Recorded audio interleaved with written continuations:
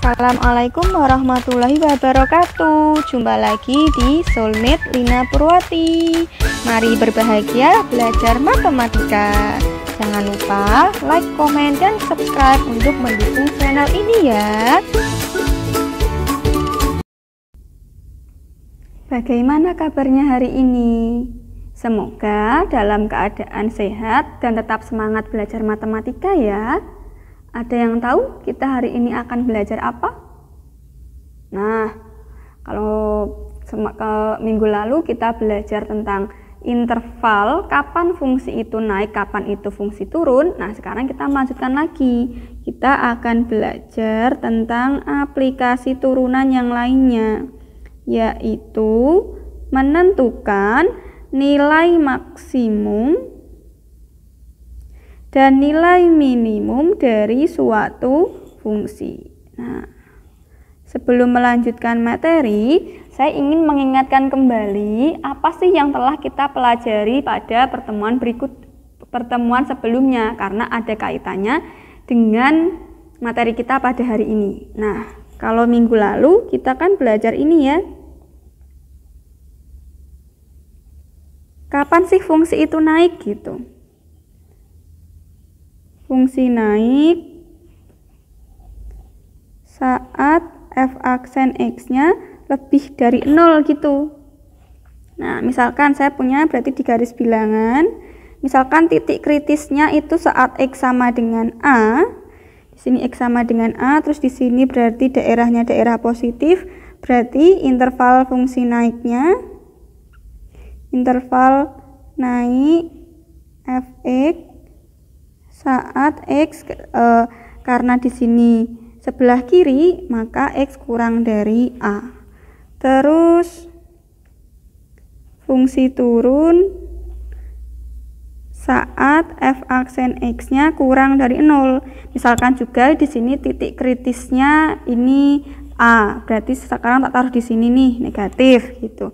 Jadi turun saat kapan nih? Saat a ke kanan, berarti x lebih dari a. Nah, untuk materi prasyaratnya masih ingat ini ya, kapan fungsi naik, kapan fungsi turun. Nah, terus kapan sih disebut nilai maksimum gitu? Nah, sekarang perhatikan gambar ini lagi. Tadi saya di sini punya a, titik kritisnya, titik stasionernya, ini tadi plus. Di sini daerah negatif. Karena plus berarti dia naik gitu. Nah, kalau di sini berarti dia turun. Nah, berarti perubahan jika fx-nya itu naik terus turun. Nah, ini berarti nanti apakah nilai maksimum atau nilai minimum. Perhatikan juga, saya punya ini, misal di sini itu saya punya b.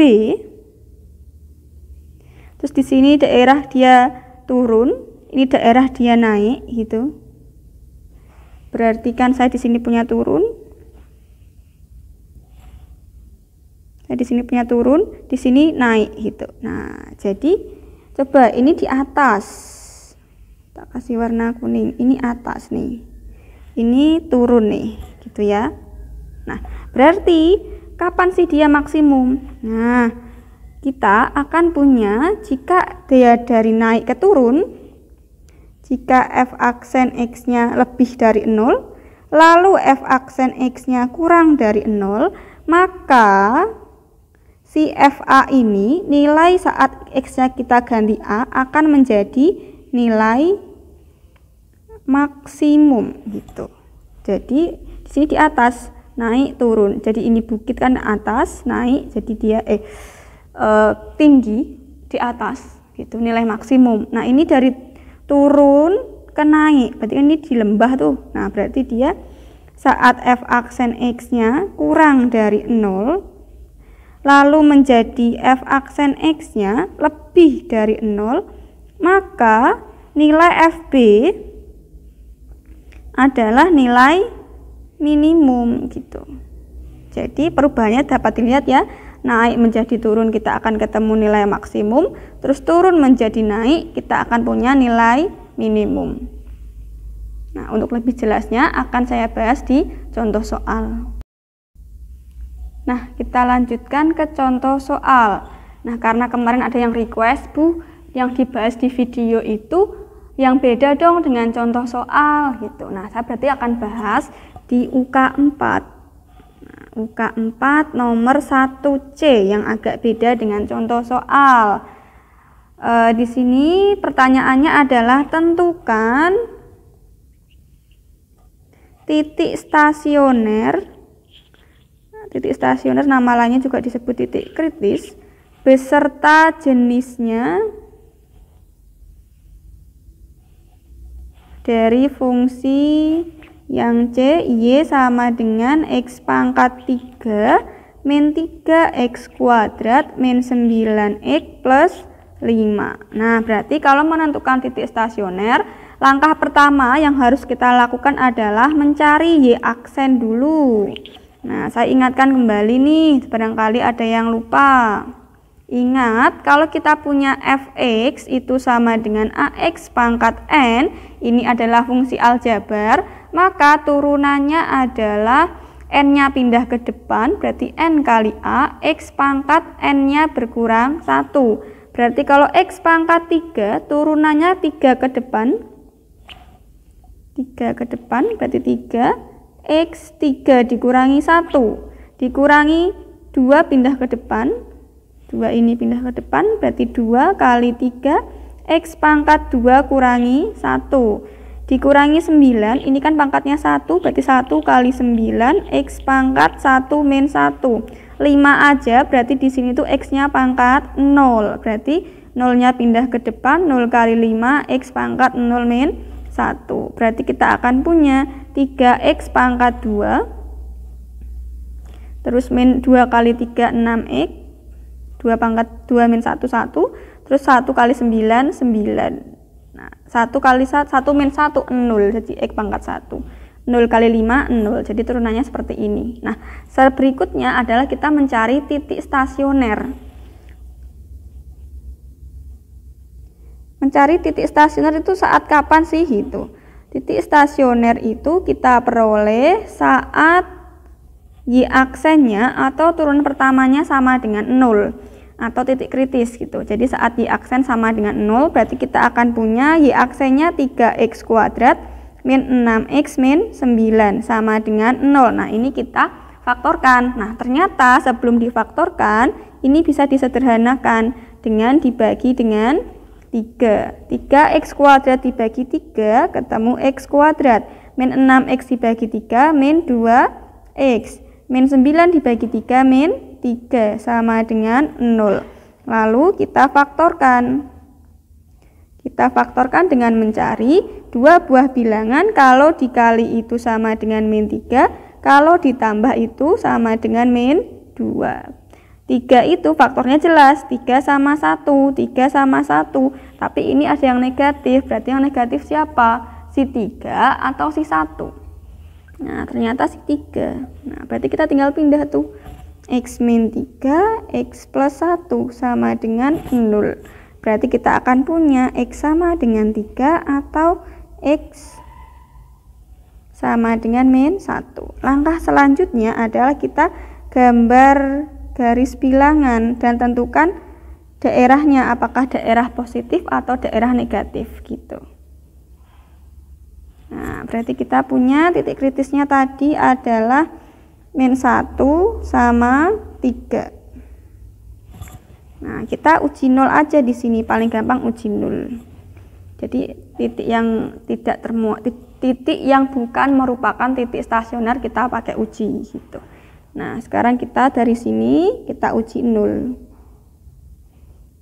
Uji 0 dari aksennya tadi berarti 3x kuadrat, 3 kali 0 kuadrat min 6 kali 0 min 9, berarti kan min 9. Min 9 kurang dari 0, berarti daerah yang memuat angka 0 ini adalah daerah negatif atau saat fungsinya turun.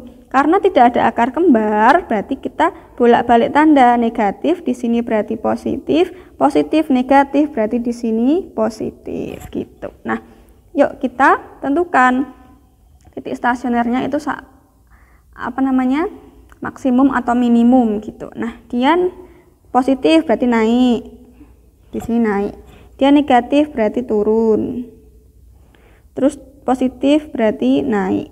Naik, turun, naik gitu. Nah, di sini berarti si f-1 karena dia di atas, dia fungsi f-1-nya maksimum, berarti min 1, f-1 adalah titik merupakan stasioner maksimum gitu. Nanti dihitung dulu f-1 itu berapa gitu. Nah, saya hitung dulu. Ini sama dengan berapa? min 1, f-1. Nah, kita balik lagi fungsinya ini. Berarti x pangkat 3, tak tuliskan dulu fx-nya. X pangkat 3 min 3x kuadrat min 9x plus 5. Min 1 berarti min 1 pangkat 3 dikurangi 3 kali min 1 kuadrat min 9 kali min 1 plus 5. Terus berarti kita punya min 1 pangkat 3 min 1, 3 kali min 1 kuadrat berarti min 3 kali 1, min 9 kali min 1 plus 9 ditambah dengan 5. Nah, min 1, min 3, min 4, min 4 tambah 9, 5 tambah 5, 10. Sekalian ya cari F3 ya. F3 X pangkat 3 berarti 3 pangkat 3 dikurangi 3 kali 3 kuadrat min 9 kali 3 ditambah 5. 3 pangkat 3 27. Ini 3 kali 9 min 27 juga. Ini 9 kali 3 min 27 juga ditambah 5. Ini 0, ini min 22 gitu. Nah, berarti min 1,10 ini disebut stasioner maksimum. Kenapa maksimum? Karena dia di atas menyebabkan nilai maksimum di fungsi itu. Stasioner maksimum. Nah, dia pas angka 3, di sini kan di bawah, berarti dia 3,F3 atau sama dengan 3, negatif 22 ini adalah stasioner minimum gitu. Nah, saya ulangi lagi. Langkah pertama untuk menentukan titik stasionernya beserta jenisnya adalah pertama, kita cari dulu turunannya Y aksen, lalu mencari titik stasioner saat Y aksen sama dengan 0. Kemudian faktorkan, nanti akan ketemu X sama dengan berapa, X sama dengan berapa. Lalu tentukan jenisnya dengan menggunakan tadi yang kapan maksimum, kapan dia naik, kapan dia turun, seperti itu. Silahkan kalau ada yang bingung, jangan ragu untuk tanya di kolom komentar atau di grup WA juga boleh. Nah, tadi kan kita sudah membahas perubahan interval fungsi dari naik ke turun. Ini berarti FA kan maksimum.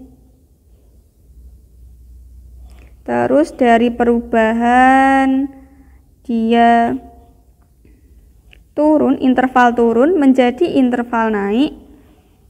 Turun, naik. Kan tadi FB berarti minimum. Nah, bagaimana kalau seandainya kalau kita punya, di sini saya punya C, ternyata dia ini naik, intervalnya dia naik gitu. Terus ini juga sebelah kanan C juga naik juga. Nah, ini berarti kita akan punya si FC ini adalah titik belok gitu. Nah, bagaimana kalau seandainya saya juga punya D di ruas di sebelah kiri dari D, dia fungsinya